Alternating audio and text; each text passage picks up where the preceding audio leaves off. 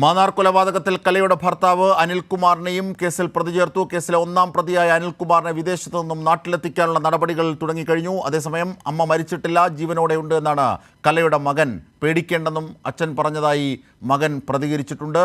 ഇപ്പോൾ പ്രതികളെയുമായി അല്പസമയത്തിനുള്ളിൽ പോലീസ് സ്റ്റേഷന് പുറത്തേക്ക് തെളിവെടുപ്പിനും മറ്റുമായി പോലീസ് നീങ്ങുന്ന കാഴ്ച കൂടി നമുക്ക് കാണേണ്ടതുണ്ട്. കാരണം അതിലേക്ക് തന്നെയാണ് പോകുന്നത്. സുജു ടി ബാബു വിവരങ്ങളും വിശദാംശങ്ങളുമായി ചേരുന്നു. അതിനു മുമ്പ് കലയുടെ മകൻ്റെ വാക്കുകൾ കൂടി ഒന്ന് കേൾക്കാം. ജീവനുണ്ട്. നമ്മുടെ മോനെ ഞാൻ അപ്പൊ എനിക്കറിയാം ഉണ്ട്. സൂചന കിട്ടില്ല. ഞാൻ അമ്മയെ കൊണ്ടുവരും. നമ്മുടെ അമ്മ കഷ്ണം എനിക്കുണ്ട്. ഞാൻ കൊണ്ടുവരും അമ്മയെ. അച്ഛൻ ചോദിച്ച് നീ എന്തിനാ മിണ്ടാക്കുന്നത്, എന്തിനാ സംസാരിക്കാൻ പറഞ്ഞു. ഞാൻ സംസാരിച്ച് എനിക്കെന്തിനാ പേടിക്കുന്നത്, നീ പഠിക്കൊന്നും വേണ്ട, അത് നോക്കിട്ട് പോടെന്ന് പറഞ്ഞു. ഞാൻ ആയിക്കോട്ടെ പറഞ്ഞു. അത് അടുത്തില്ല. അച്ഛന് കടയൊക്കെ ഉണ്ട്, അത് മൊത്തം ആക്കാക്കിട്ട് പറ്റത്തുള്ളൂ എന്നാണ് പറയുന്നത്. ഇപ്പോൾ പോലീസ് സ്റ്റേഷന് മുന്നിൽ നിന്നും സുജു ടി ബാബു ഞങ്ങളുടെ പ്രതിനിധി കൂടി ചേരുകയാണ്. സുജു ടി ബാബു, ഈ പലരും പലതാണ് പറയുന്നത്. മകൻ വിശ്വസിക്കുന്നില്ല അമ്മ കൊല്ലപ്പെട്ടു എന്ന്.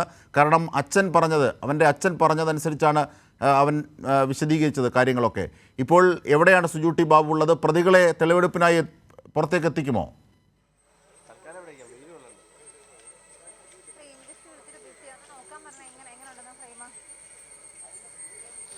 അജിംഷാദ്, ഇന്ന് തെളിവെടുപ്പുണ്ടോ എന്ന കാര്യത്തിൽ സംശയമാണ്. പോലീസ് ഇപ്പോൾ പ്രതികളെ ഞാനിപ്പോൾ നിൽക്കുന്ന മാന്നാർ പോലീസ് സ്റ്റേഷന് മുമ്പിലാണ്. ഇവിടെ നിന്ന് അല്പസമയത്തു തന്നെ പ്രതികളെ കോടതിയിലേക്ക് കൊണ്ടുപോകുമെന്നാണ് നമുക്ക് ലഭിക്കുന്ന വിവരം. ചെങ്ങന്നൂർ കോടതിയിലാണെന്നാണ് പോലീസ് നൽകുന്ന സൂചന. അങ്ങനെയെങ്കിൽ ഈ മാന്നാർ പോലീസ് സ്റ്റേഷനിൽ നിന്ന് പ്രതികളായിരിക്കുന്ന ജിനു, സോമൻ, പ്രമോദ് എന്നിവരെ പോലീസ് ചെങ്ങന്നൂർ താലൂക്ക് ആശുപത്രിയിൽ എത്തിക്കുകയും അവിടെ വൈദ്യപരിശോധന പൂർത്തിയാക്കിയ ശേഷമാണ് കോടതിയിൽ ഹാജരാക്കുക. പ്രതികളെ വിട്ടുകിട്ടാനുള്ള കസ്റ്റഡി അപേക്ഷയും ഒരുപക്ഷെ പോലീസ് നൽകിയിരിക്കും.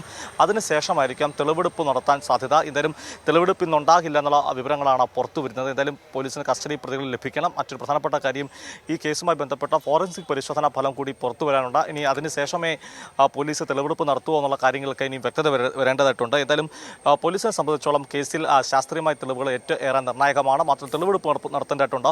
ഒന്നാം കേസിലെ പ്രതിയായിരിക്കുന്ന ഈ കൊല്ലപ്പെട്ട കലയുടെ ഭർത്താവ് അനിൽകുമാർ വിദേശത്താണ്.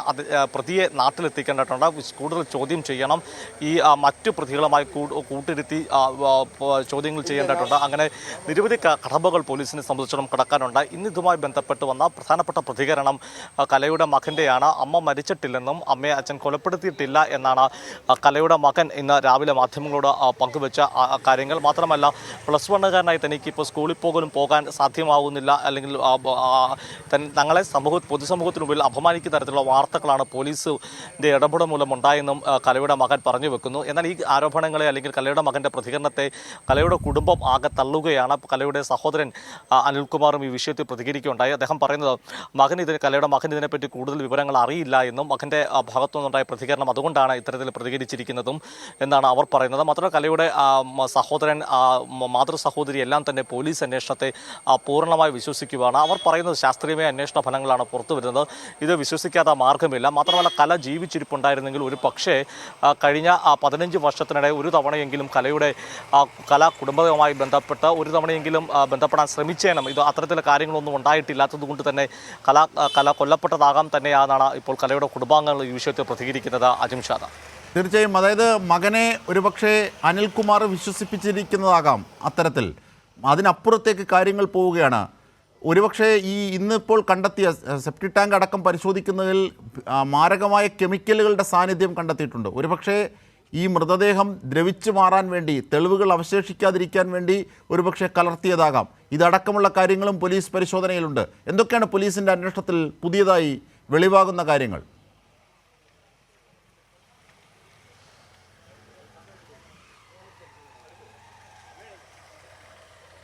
അജിംഷാദ് സൂചിപ്പിച്ച പോലെ തന്നെ പോലീസ് ഇന്നലെ ആലപ്പുഴ SP ഇക്കാര്യം വ്യക്തമാക്കിയിരുന്നു. SP ചോദിച്ചപ്പോൾ ആ സംശയം SP പങ്കുവച്ചിരുന്നു. ഒരു പക്ഷേ ഈ നമുക്ക് ഈ കൊലപാതകത്തെപ്പറ്റി ഇന്നലെ FIR മുഖേന അല്ലെങ്കിൽ പോലീസിന് ലഭ്യമാകുന്ന വിവരം അനുസരിച്ച് കൊലപ്പെടുത്തുന്ന അല്ലെങ്കിൽ ഒഫൻസ് നടക്കുന്ന മറ്റൊരു സ്ഥലത്താണ്, ഒരു പാലത്തിൽ വെച്ചാണ്. അതിനുശേഷമാണ് വീട്ടിലെത്തി ഈ മൃതദേഹം മറവ് ചെയ്യുന്നത്. അങ്ങനെയെങ്കിൽ ആ കൊലപാതകത്തിന് ശേഷം ഈ പ്രതികൾ തമ്മിൽ ഗൂഢാലോചന നടത്തിക്കാനും അവർ തെളിവ് നശിപ്പിക്കാനുള്ള അവരെ കൊണ്ട് സാധ്യമായ എല്ലാ മാർഗവും അവർ സ്വീകരിച്ചിട്ടുണ്ടാകും. അതിൽ പെടുന്നതാണോ ഒരുപക്ഷെ ഈ മൃതദേഹം ഈ ടോയ്ലറ്റിൻ്റെ ഇതിൽ കുഴിയിലേക്ക് നിക്ഷേപിക്കുമ്പോൾ സെപ്റ്റിക് ടാങ്ക് തുറന്ന് അതിൽ മറവ് ചെയ്യുമ്പോൾ രാസ പദാർത്ഥങ്ങൾ ഉപയോഗിച്ചിട്ടുണ്ടോ എന്നുള്ള കാര്യം. അങ്ങനെ കെമിക്കൽസ് ഉപയോഗിച്ചിട്ടുണ്ടെങ്കിൽ മൃതദേഹം വളരെ പെട്ടെന്ന് അഴുകിപ്പോവുകയും തെളിവ് നശിപ്പിക്കാനുള്ള ശ്രമത്തിൻ്റെ ഭാഗമായിരിക്കാം. അതിനാൽ തന്നെ ഇതിലൊരു വ്യക്തത വരണമെങ്കിൽ ഫോറൻസിക് പരിശോധനാ ഫലം പുറത്തു വരേണ്ടതുണ്ട്. അത് വളരെ പ്രധാനപ്പെട്ടതാണ്. പോലീസ് ഇന്നലെ കാര്യം വ്യക്തമാക്കുകയും ചെയ്തു. എന്നാൽ ഇന്നലെ വരെ കസ്റ്റഡിയിലുണ്ടായ പ്രതികളെയാണ് ഇന്നലെ ചോദ്യം ചെയ്യലിനും ഈ തെളിവ് ശേഖരിച്ച ശേഷം പോലീസ് അവരെ പ്രതി ചേർക്കുകയും ഇന്നിപ്പോൾ കോടതിയിൽ ഹാജരാക്കുകയും ചെയ്യും. അതായത് ഇന്നലെ വൈകിട്ട് ആലപ്പുഴ SP മാധ്യമങ്ങളെ കാണുമ്പോൾ കൊലപാതകം നടന്നു എന്നുള്ള കാര്യത്തിൽ പോലീസിന് ഉറപ്പുണ്ട്. അതിനടിസ്ഥാനത്തിൽ കൊലപാതക കുറ്റത്തിന് തന്നെയാണ് ഇന്നലെ FIR ഇട്ടിരിക്കുന്നത്. കേസിൽ കലയുടെ ഭർത്താവ് ഇനി നിർണായകമായത് സുജു, ഇനി നിർണായകമായത് അനിൽകുമാറിനെ നാട്ടിലെത്തിക്കുക എന്നുള്ളതാണ്. ഒരുപക്ഷെ കൊലയുടെ കാര്യത്തിൽ ഉള്ള വ്യക്തത, കൊലപാതകത്തിന്റെ കാര്യത്തിലുള്ള വ്യക്തത വിവിധ മൊഴികളിൽ നിന്നും മറ്റ് സാഹചര്യ തെളിവുകളിൽ നിന്നുമൊക്കെ പോലീസ് മനസ്സിലാക്കിയ സ്ഥിതിക്ക് കല കൊല്ലപ്പെട്ടു എന്ന് പോലീസ് പൂർണ്ണമായും വിശ്വസിക്കുന്ന സാഹചര്യത്തിൽ ഇനി വരേണ്ടത് അനിൽകുമാറിനെ വിദേശത്ത് നിന്ന് ഇവിടെ എത്തിക്കുക എന്നുള്ളതാണ്. അല്പസമയത്തിനകം പ്രതികളെ പോലീസ് സ്റ്റേഷന് പുറത്തേക്ക് കൊണ്ടുവരും. അവിടെയാണ് സുജു ടി ബാബു ഉള്ളത്. സുജു ടി ബാബു, ഒപ്പം ഈ അനിൽകുമാറിനെ നാട്ടിലേക്ക് എത്തിക്കാനുള്ള ശ്രമങ്ങൾ ഏത് തരത്തിലാണ് പോലീസ് നീങ്ങുന്നത് ഇസ്രായേലിൽ നിന്ന്?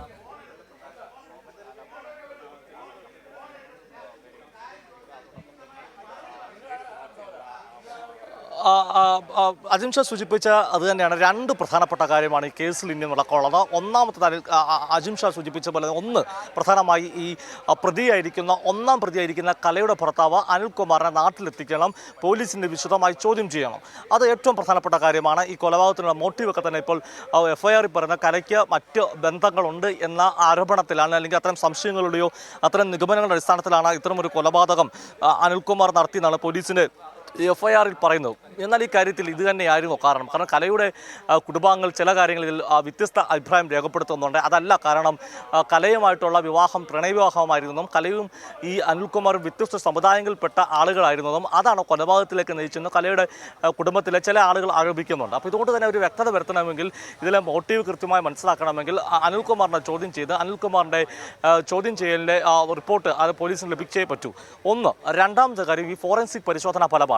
15 വർഷങ്ങൾക്ക് മുമ്പാണ് ഈ സെപ്റ്റിക് ടാങ്കിൽ മറവ് ചെയ്തിരിക്കുന്നത്. അതിനാൽ തന്നെ മൃതദേഹ അവശിഷ്ടങ്ങൾ ഇപ്പോൾ ഏതാണ്ട് നശിച്ച ഒരു സാഹചര്യമായിരിക്കാം. അതിനാൽ ഫോറൻസിക് പരിശോധന ഫലം ഏറ്റവും പ്രധാനപ്പെട്ടതാണ്. ഇപ്പോൾ ലഭിച്ചിരിക്കുന്നത് മൃതദേഹ അവശിഷ്ടമാണെങ്കിൽ, അങ്ങനെ നമ്മൾ പറയുന്നില്ല പോലീസിന് തെളിവുകൾ ലഭിച്ചിട്ടുണ്ടെന്ന് പറഞ്ഞാൽ, അങ്ങനെയെങ്കിൽ ലഭിച്ചിരിക്കുന്നത് ഏതെങ്കിലും ശരീരഭാഗമുണ്ടെങ്കിൽ അത് കലയുടെ തന്നെയാണ്, മനുഷ്യൻ്റെ ശരീരത്തിൻ്റെ ഭാഗമാണ് എന്നുള്ള കാര്യത്തിൽ ഫോറൻസിക് പരിശോധനാ ഫലത്തിൽ കൂടെ മാത്രമേ വ്യക്തമാവുകയുള്ളൂ. അപ്പോൾ അത് കണ്ടെത്തേണ്ടതായിട്ടുണ്ട്. അതിൽ നിന്ന് ലഭിച്ചിരിക്കുന്ന ഈ സ്ലൈഡ് അല്ലെങ്കിൽ മുടിനാരുകൾ അങ്ങനെ എന്തെങ്കിലും തെളിവുകൾ ലഭിച്ചിട്ടുണ്ടെങ്കിൽ അതും കലയുടേതാണ് എന്ന് തന്നെ വ്യക്തമാക്കുന്നുണ്ട്. അപ്പോൾ ഫോറൻസിക് പരിശോധനാ ഫലവും അതിനോടൊപ്പം തന്നെ ഭർത്താവ് അനിൽകുമാറിനെ നാട്ടിലേക്ക് എത്തിക്കുകയാണ് ഏറ്റവും പ്രധാനപ്പെട്ടത്. മറ്റൊരു ചോദ്യം ഇന്നലെ ഉയർന്നത്, എന്തുകൊണ്ട് 15 വർഷം മുമ്പ് കാണാതാവുമ്പോൾ കലയുടെ കുടുംബം അല്ലെങ്കിൽ കലയുടെ ഭർത്താവോ മറ്റോ എന്തുകൊണ്ട് ഈ കേസ് കൊടുത്തിരുന്നില്ല എന്നാണ്. ഇതിന് കലയുടെ മൂത്ത സഹോദരൻ അനിൽകുമാർ പറയുന്നത്, 15 വർഷം മുമ്പ് ഇങ്ങനെ കാണാതായപ്പോൾ കുടുംബം, അതായത് അനിൽകുമാറിൻ്റെ കുടുംബവും വിശ്വസിപ്പിച്ചിരുന്ന ഭർത്താവ് അനിൽകുമാറിൻ്റെ കുടുംബം വിശ്വസിപ്പിച്ചിരുന്ന കല മറ്റൊരാളുമായിട്ട് ബന്ധം സ്ഥാപിക്കുകയും അതുകൊണ്ട് സ്വന്തം കുഞ്ഞിനെയും ഭർത്താവിനെയും 1.5 വയസ്സുള്ള കുഞ്ഞിനെയും ഭർത്താവിനെയും ഉപേക്ഷിച്ച് നാട് വിട്ടുപോയെന്നാണ്. അപ്പം അത്തരത്തിലൊരു ക്രൂരകൃത്യം, അതായത് 1.5 വയസ്സുള്ള മകനെ ഉപേക്ഷിച്ചുകൊണ്ട് ഭർത്താവല്ലാതെ മറ്റൊരു പുരുഷനുമായി ഒളിച്ചോടി പോയെന്ന് പറയുന്ന സഹോദരിയെ പറ്റി കൂടുതൽ അന്വേഷിക്കേണ്ട എന്ന ധാരണയിലാണ് തങ്ങൾ ഇപ്പോൾ. ഇത് അന്ന് പോലീസ് കേസ് കൊടുക്കുന്നത് അനിൽകുമാർ പ്രചരിപ്പിച്ച കള്ളക്കഥകളാകാം. കാരണം അനിൽകുമാറിന്റെ സംശയരോഗങ്ങൾ, മറ്റൊരു ഇണയെ തിരഞ്ഞെടുത്തു കല എന്നതുമായി ബന്ധപ്പെട്ടുള്ള കാര്യങ്ങൾ പ്രചരിപ്പിച്ച് ഉള്ളതാണ് നീക്കം. ഒരുപക്ഷെ പോലീസ് ഇപ്പോൾ കാണുന്ന കൊലപാതകത്തിൻ്റെ മോട്ടീവ് അതായിരിക്കാം. അത്തരത്തിൽ കല മറ്റൊരു ഇണയെ തിരഞ്ഞെടുത്തു എന്ന സംശയം ആർക്ക്? അനിൽകുമാറിൻ്റെ സംശയമാകാം അനിൽകുമാറിൻ്റെ കൊലപാതകത്തിലേക്ക് നയിച്ചത്. ഇതാണ് മോട്ടീവായി ഒരുപക്ഷെ പോലീസ് ഇപ്പോൾ കാണുന്നത്, അല്ലേ?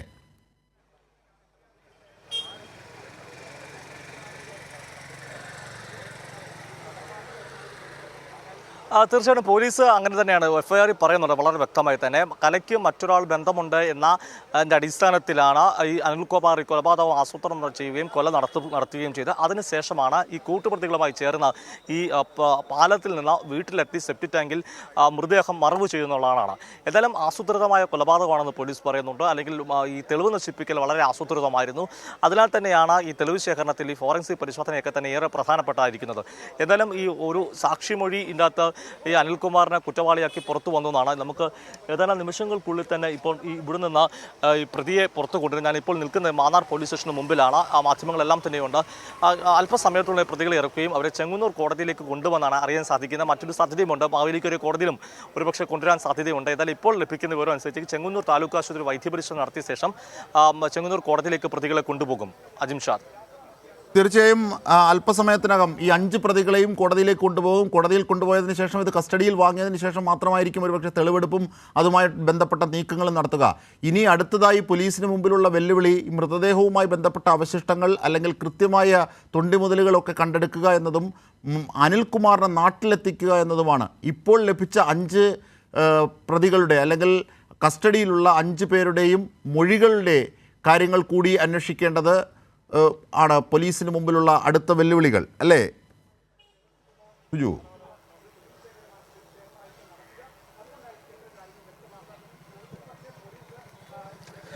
തീർച്ചയായിട്ടും അജിംഷാദ്, പോലീസിന് ഇപ്പോൾ കസ്റ്റഡിയിൽ അല്ലെങ്കിൽ കസ്റ്റഡിയിലുള്ള അറസ്റ്റ് രേഖപ്പെടുത്തിയിരിക്കുന്ന 3 പ്രതികളാണ്. ആദ്യഘട്ടത്തിലായിരുന്നു 5 എന്ന പേര്, പിന്നീട് അത് പ്രതികളുടെ എണ്ണം കസ്റ്റഡിയിലായിരുന്നു 5 പേരെങ്കിൽ ഇപ്പോൾ 3 പ്രതികളാണ് പോലീസ് അറസ്റ്റ് രേഖപ്പെടുത്തിയിരിക്കുന്ന. ഈ 3 പ്രതികളെ കൂടുതൽ ചോദ്യം ചെയ്യണം, സംഭവ സ്ഥലത്ത് തെളിവെടുപ്പ് നടത്തണം, വിശദമായ ശാസ്ത്രീയ പരിശോധന എല്ലാം തന്നെ ആവശ്യമാണ്. വളരെ പ്രധാനപ്പെട്ട മറ്റൊരു കാര്യം, ഈ കല ഇവിടെ ഇല്ല, മറ്റൊരിടത്ത് ജീവിച്ചിരിപ്പുണ്ടെന്ന കഥ ആരാണ് പ്രചരിപ്പിച്ചത്, അതിന് അത്തരത്തിൽ വിശ്വാസ്യത വരുത്തിയത് ആരാണ്, അത്തരം കാര്യങ്ങൾ കൂടി പോലീസ് അന്വേഷണത്തിന്റെ ഭാഗമാണ്. ഈ അനിൽകുമാർ മാത്രമാണോ ഇത്തരം ഒരു കഥ പ്രചരിപ്പിച്ചത്? കാരണം കലയുടെ കുടുംബത്തെ പോലും വിശ്വസിപ്പിച്ചിരുന്നത്, നമുക്ക് കലയുടെ സഹോദരൻ മാത്രമല്ല ഈ പ്രദേശവാസികളൊക്കെ തന്നെ സൂചിപ്പിക്കുന്നത്, കലയുടെ കുടുംബം ഈ കലയുടെ സഹോദരൻ തന്നെ പറയുന്നുണ്ട്, ഈ കല ഇപ്പോൾ നമ്മൾ ഈ സെപ്റ്റിക് ടാങ്കിൻ്റെ പരിശോധന നടത്തിയെടുത്ത പുതിയൊരു വീടാണ്. ആ പുതിയ വീടിൻ്റെ കയർതാമസത്തിന് പോലും കലയുടെ സഹോദരൻ പോയിരുന്നു. അങ്ങനെ കുടുംബമായിട്ട് യാതൊരു സംശയവും ആ കലയുടെ കുടുംബത്തിന് ബന്ധുക്കൾക്കൊന്നും തന്നെ ഈ വാർത്ത വരുന്നതുവരെ കല കൊടുപ്പെടുത്തി എന്ന സംശയം ഇപ്പോൾ മാതൃ സഹോദരി പറയുന്നത് ഒഴിച്ചു നിർത്തിക്കഴിഞ്ഞാൽ മറ്റാരും തന്നെ അത്തരം ഒരു സംശയം രേഖപ്പെടുത്തുന്നില്ല. കലയുടെ കുടുംബം പോലും കല കഴിഞ്ഞ 15 വർഷങ്ങൾക്ക് മുമ്പ് മറ്റൊരാളോടൊപ്പം ജീവിക്കുവാണ്, മറ്റൊരിടത്ത് ജീവിച്ചിരിപ്പുണ്ടെന്ന് വിശ്വസിച്ചിരുന്നു. അങ്ങനെയെങ്കിൽ ഈ അസത്യ കഥ, അതായത് കല കൊല്ലപ്പെട്ടെങ്കിൽ അങ്ങനെ ഈ വ്യാജ കഥ ആരാണ് പ്രചരിപ്പിച്ചത്, ആരാണ് ഇതിന് പിന്നിൽ? അത് കലയുടെ ഭർത്താവ് മാത്രമാണോ, അതോ മറ്റ് ബന്ധുക്കളോ ആരെങ്കിലും തന്നെ ഇതിൽ ഇടപെടൽ നടത്തിയിട്ടുണ്ടോ, അവരും ഇതിന് കൂട്ടാളിയാണോ എന്ന കാര്യങ്ങളൊക്കെ തന്നെ പരിശോധിക്കേണ്ടതുണ്ട്. ഈ സംഭവ കൊലപാതകത്തിൽ ഇപ്പോൾ 4 പ്രതികളെയാണ് എഫ്ഐആർ ഇട്ടിട്ടുണ്ടെങ്കിൽ പോലും അതിനുശേഷം നടന്ന ആ ഗൂഢാലോചന, അതിനുശേഷം നടന്ന ഇത്തരത്തിൽ കഥ പ്രചരിപ്പിക്കലൊക്കെ തന്നെ കൂടുതൽ ആളുകൾ പങ്കാളികളായോ, കലയുടെ കൊലപാതകവുമായി ബന്ധപ്പെട്ട് കൂടുതൽ ആളുകൾക്ക് വിവരങ്ങൾ ഉണ്ടായിരുന്നു എന്നുള്ള കാര്യമൊക്കെ പോലീസ് പരിശോധിക്കേണ്ടതുണ്ട്. അത് പരിശോധിക്കുകയും ചെയ്യുന്നുണ്ട് അജിംഷാദ്. തീർച്ചയായും അല്പസമയത്തിനകം ഈ കസ്റ്റഡിയിലുള്ള 3 പ്രതികളുമായി ഇപ്പോൾ മാന്നാർ പോലീസ് സ്റ്റേഷന് പുറത്തേക്ക് എത്തും. അവിടെയാണ് സുജു ടി ബാബു ഉള്ളത്. സുജു, ഏറ്റവും പ്രധാനപ്പെട്ടൊരു വസ്തുതയായി എത്തുന്നത് മറ്റൊരു സുഹൃത്തിൻ്റെ പറച്ചിലുകളാണ്. കാരണം അയാൾ ഭീഷണി കൊണ്ടാണ് ഇത്രയും നാൾ ഈ രഹസ്യങ്ങളൊക്കെ മറച്ചു വെച്ചിരുന്നതെന്നാണ് പറയുന്നത്. കാരണം കൊന്ന ശേഷം അബദ്ധത്തിൽ കൊന്നുവെന്നും കലയുടെ മൃതദേഹം ഒളിപ്പിക്കണമെന്നും ആവശ്യപ്പെട്ട് അനിൽകുമാർ സമീപിച്ച ഒരാൾ, ആ ആളിൻ്റേതടക്കമുള്ള മൊഴികൾ പോലീസിന് ലഭിച്ചിട്ടുണ്ട്. പക്ഷേ കൊലപാതക വിവരം പോലീസിൽ അറിയിക്കാതിരുന്നത് പേടിച്ചിട്ടാണ്, ഭയന്നാണ് എന്നൊക്കെയാണ് അയാൾ പറയുന്നത്. അത് മാത്രമല്ല, ഈ എഫ്ഐആറിൽ ഇപ്പോഴും ഈ എങ്ങനെയാണ് കൊന്നത്, എവിടെയാണ് മൃതദേഹം മറവ് ചെയ്തത് എന്ന കാര്യത്തിൽ വ്യക്തത എഫ്ഐആറിലും ഇല്ല, അല്ലേ?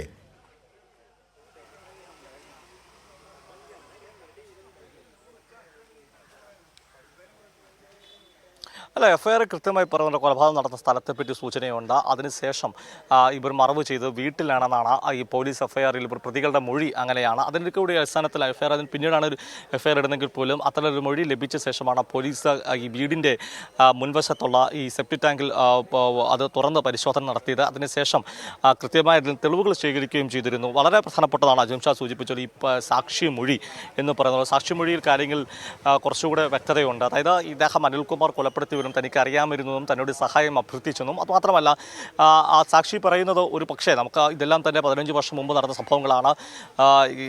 അവരുടെയൊക്കെ വാക്കുകൾ വിശ്വസിക്കുകയാണെങ്കിൽ അല്ലെങ്കിൽ ആ സാക്ഷിമൊഴിയിൽ കാര്യമുണ്ടോ? അതായത് ഇദ്ദേഹത്തെ ഭയപ്പെട്ടിരുന്നോ? തീർച്ചയായിട്ടും ഭാര്യയെ കൊന്ന ഒരു വ്യക്തിയെ മറ്റൊരു സാക്ഷി ഭയപ്പെടുക എന്ന് പറയുന്നത് സ്വാഭാവികമാണ്. കാരണം ഭയപ്പെട്ട് കഴിഞ്ഞാൽ അജിംഷാ ഭയപ്പെട്ട് കഴിഞ്ഞാൽ അതിനകത്ത് കുറ്റം പറയാൻ സാധ്യമല്ല.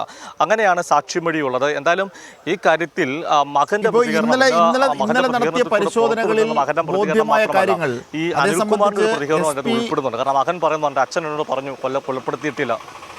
സുജു ടി ബാബു, ഈ SP വെളിപ്പെടുത്തിയതിനപ്പുറത്തേക്ക് ഈ സെപ്റ്റി ടാങ്ക് അടക്കം തുറന്ന് പരിശോധിച്ചതിൽ പുറത്തെടുത്ത കാര്യങ്ങളിൽ വെളിവായ കാര്യങ്ങൾ ഇനി ഒരു പക്ഷേ ഫോറൻസിക് പരിശോധനകൾക്ക് ശേഷമായി കൂടുതൽ വ്യക്തത വരൂ എന്നുള്ളത് സത്യമാണ്. എങ്കിൽ പോലും എന്തൊക്കെ കാര്യങ്ങളാണ് ഇപ്പോൾ ഇന്നലെ നടത്തിയ പരിശോധനകളിൽ തെളിവായി പോലീസിന് ലഭിച്ചിട്ടുള്ളത്?